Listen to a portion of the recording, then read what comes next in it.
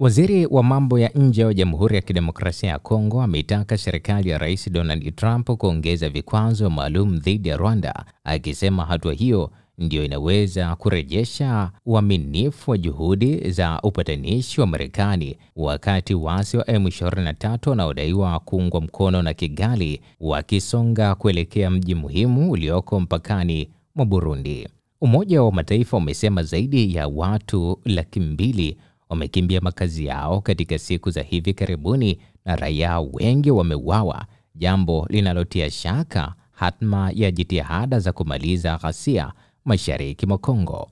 Wiki iliyopita Rais Felix Tshisekedi na Rais Paul Kagame walikutana na Trump mjini Washington na kuonyesha kujitolea kwao kwa makubaliano ya amani yaliyosainiwa na Marekani. Katika mahojiano na Reuters, Waziri Therese Kayikwamba Wagner amesema Washington inapaswa kuimarisha vikwazo dhidi ya Rwanda, hasa vinavyolenga watu katika mlolongo wa amri na taasisi za kijeshi ambazo zinaweza kuathiri uwezo wa Kigali kununua silaha.